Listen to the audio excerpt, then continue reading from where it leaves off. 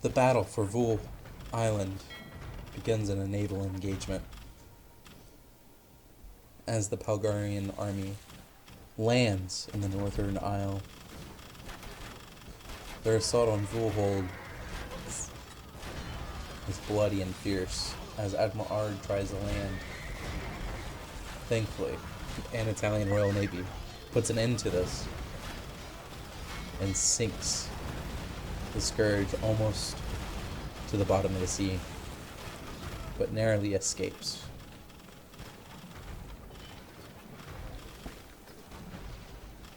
It seems the battle for Vul Island has been a complete defeat for the Palgarian forces, but to the north, raids pour from the mountains.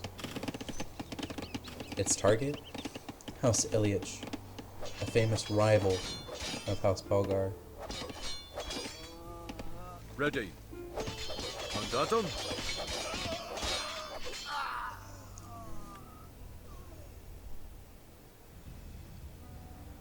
A special surprise is in store. Yes. Even the raiders fell victim to the flooding and mass damage.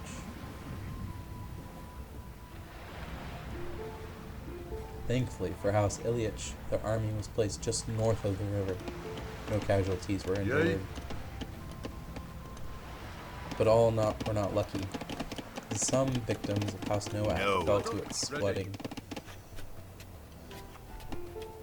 Behold! Yes. The horde This is of not the Genghis end. Khan approaches!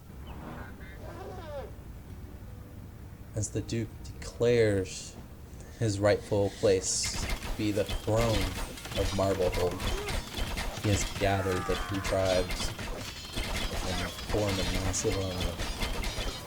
Their aim? The head of Duchess Sophia, his sister. The Anatolians were completely caught off guard as this massive army villages threatens their villages. Yay.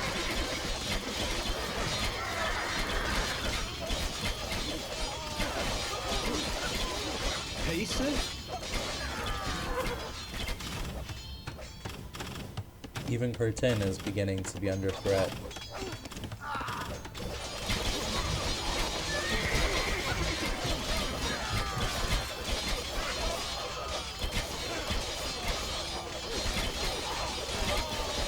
An absolute slaughter.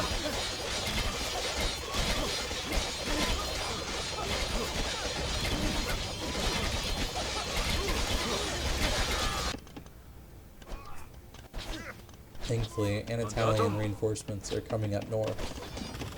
Yet, a massive horde of war mammoths are beginning to tear down the city walls. Small contingent approaches Stonebane, famous for holding back the Palgar for centuries, and immediately turns around.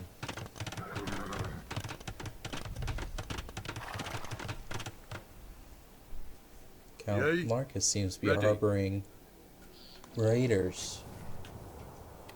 These raiders have been hitting House Ilyich, and tensions are beginning to heighten as they begin to contest the neutral town of Hillevant. Even Count Ruslan seems to be amassing his own private army. Villages fall in the House of Anatalia, the birthplace of Duchess Sophia and Duke Quintus, as they spent their Four childhood here Mongol together. tribes now follow the banner of Genghis Khan. The rest of the world will soon know true fear. Champions all around the Palgar begin to rally. At the same time, it seems Terry Luki, a count of the duchy, has fallen to death. No heir. The settlement's up for grabs.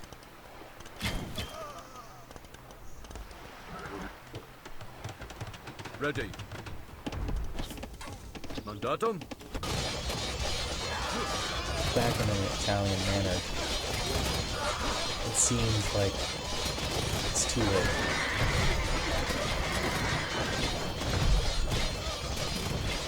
But once we're siblings, they're now bitter rivals.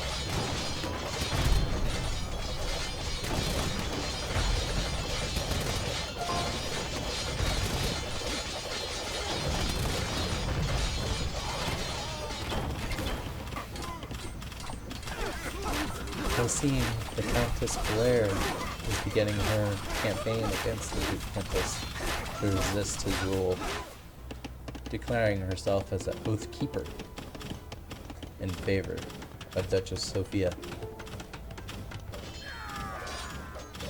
An assault is beginning to take place over Curtin as Baron Percival hopes to hold them all off. Yes.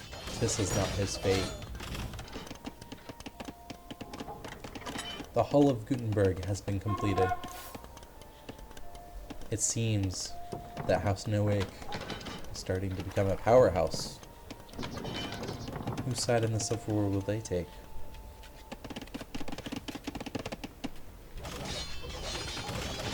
Raids still pour from their lands. That and House Vosh. These raiders seem to be coming from Grandhold. Back to Carton, the city and town is under danger. Constant looting and whatnot. But not as all lost. The archbishops, protected by their zeal, convert some war mammoths. Tensions rise, and raids are constant in the lands of House Ilyich.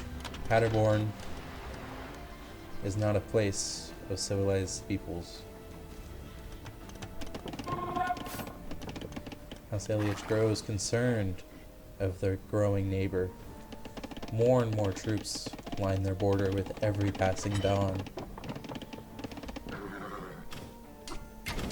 It seems their fears were right.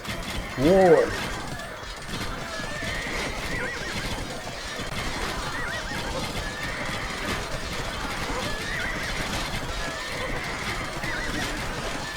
Decisive defeat. Yet not is all lost for House Ilyich. Their ancestors have held onto their county before. Castle Besti is the oldest castle in the duchy, being almost 500 years old, never fallen to any invaders from either the Pelga or local hordes from the county that is currently fallen. Their access to the bridge is blocked, but not as all covered.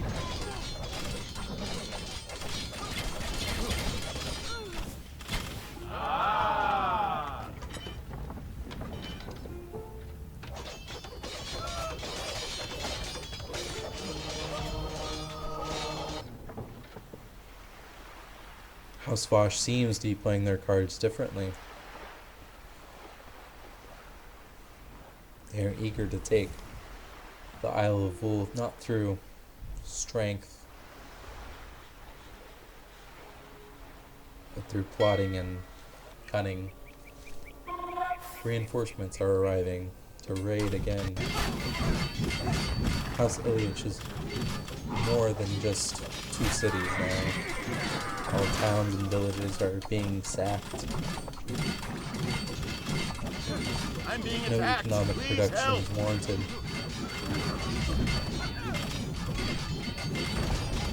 A true war zone. Count Tarquin currently holds up in Scrix. Not faithful that Castle will hold. And it seems House Vosh has turned against the Duchess Sophia. At least it is apparent on the Duke's side. Although Foothold falls, the whole isle hasn't yet. A back and forth assault from Duke Countess to Countess.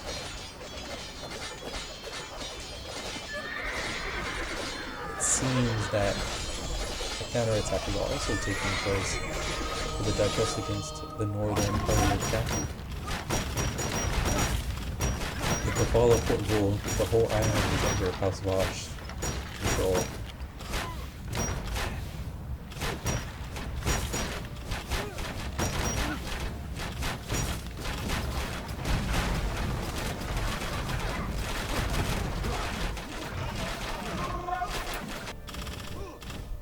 Peasants rally to fight the horsemen. And it seems the Oathbreakers of House Vosh are taken up in Strix. I mean Salaperta, the capital of Paderborn.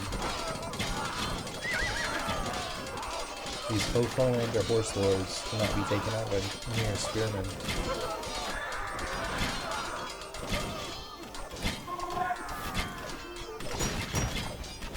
The siege of Castle Vestine has begun.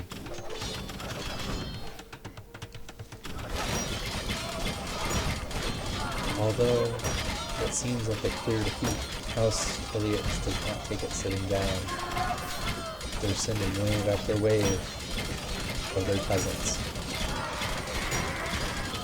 while their Vestine bowmen let loose their arrows on those below.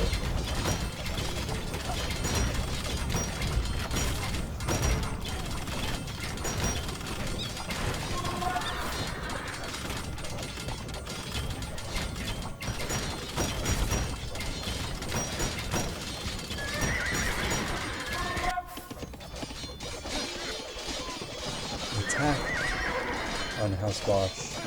They didn't even see this coming with all their cunning. Thankfully, it looks like Count Ruslan is in his grand hold instead of in the town. Yay?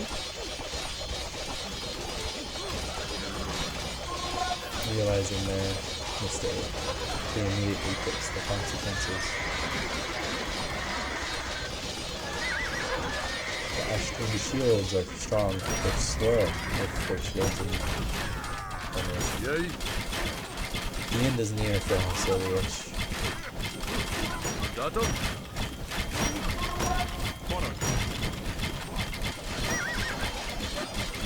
In the last hurrah, Count Tarquin himself rides out to battle to fight the Polanders.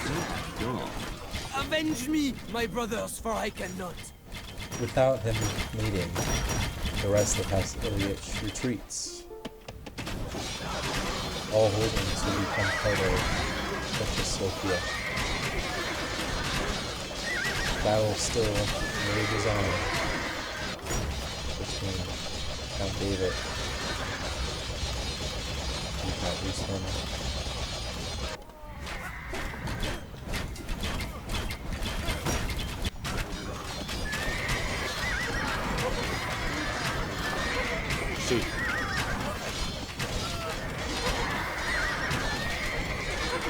It seems it would have helped the Crimson Siege with them. Count David was never known for strategic powers.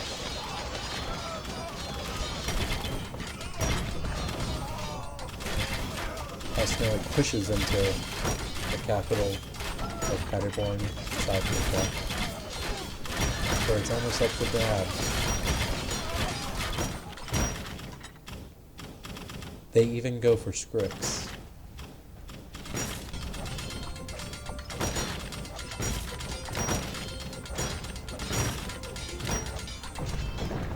Reinforcements are coming from the north to aid in this battle for the east. A coalition of sorts is forming, Mandatum? with Count Ruslan holding his troops back in case in need of reinforcements for his Oathbreaker brother. Count Revan of House Toho has joined the coalition against House Nora. Although the Ashton dogs with their shields up are extremely slow, they pack a punch with their high armor and high attack.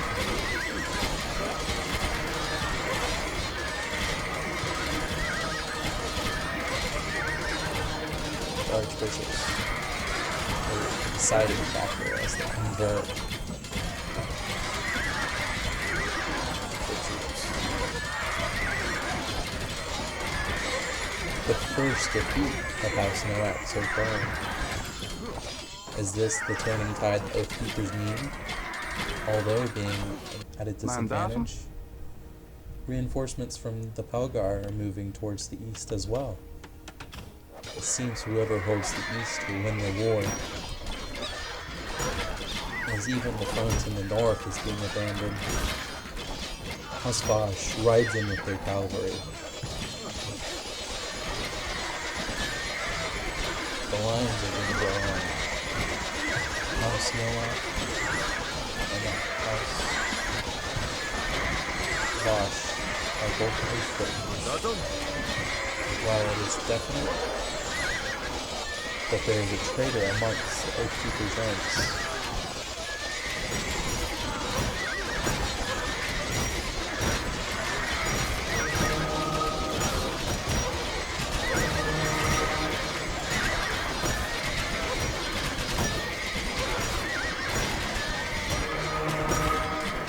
Duchess Sophia has no clue the true ally of the line.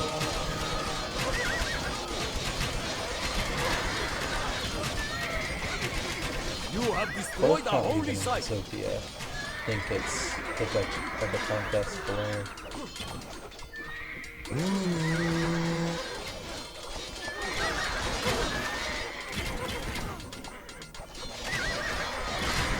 With the aid of House Vosh, it seems like the coalition has been going back.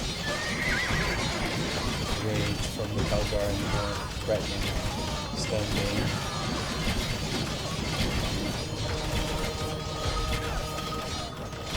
Although the Bane Warriors are excellent taking down the mountain riders.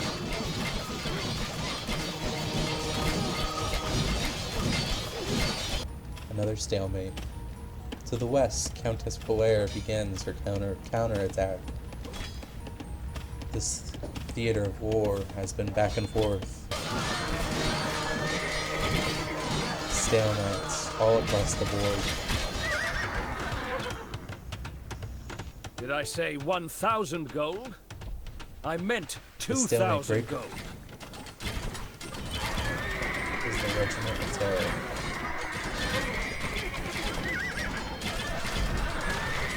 If Duchess Sophia chooses to fund this Regiment of Terror, he will come from the north through the pass of Kessel and wreak havoc upon the Oathbreakers.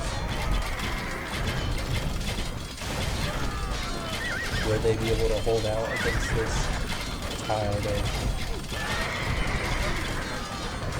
tide of death?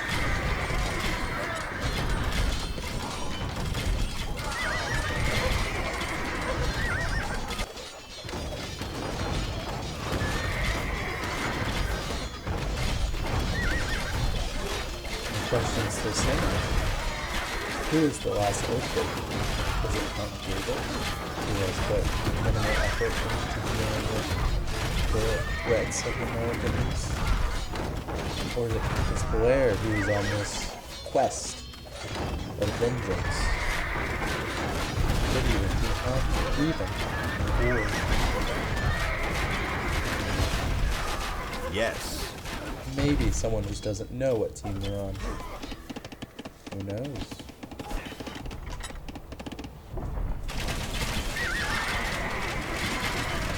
Solitude is under pressure.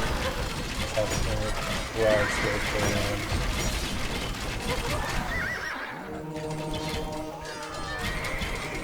Another skirmish in the north as well. Victory after victory for the Oathbreakers. Yet, I fear they will be too late. the tide is beginning to turn. If the Oathkeepers hold Marblehold for the next 20 minutes, an unstoppable army will come through the pass of Kessel. Even without the Regiment of Terror, it seems that Anatolians hope to plan a counterattack against the Kessel Pass to free up the large army. Dullitude is about to fall. Will Anatalia be next? Will the Anatalians be able to hold off the Duke? We'll find out next part.